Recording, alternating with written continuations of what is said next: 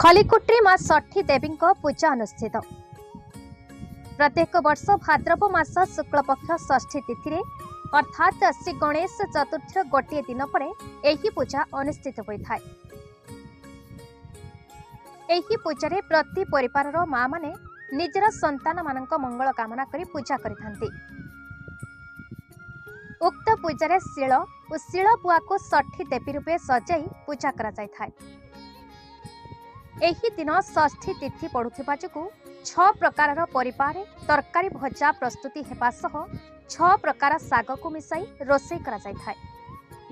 एहा सह 6 प्रकार पिठा करी संतान मानक मंगल कामना करी शिल और बुआ को षठी देवी रूपे पूजा अर्चना करा जाय थाए।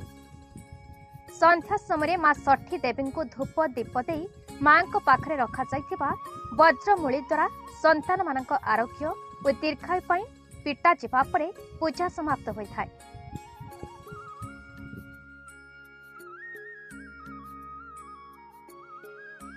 षठी ओषा केबे पालन करा जाए और काहेकि करा जाए?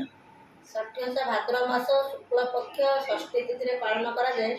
से दिन शिल शिल बुआ को षठी ठाकुराणी भाव में सजा जाए विभिन्न प्रकार सरंजाम दे पूजा करा जाए और संतानर दीर्घजीवी कामना करी माँ माने षठी ठाकुराणी की पूजा करती।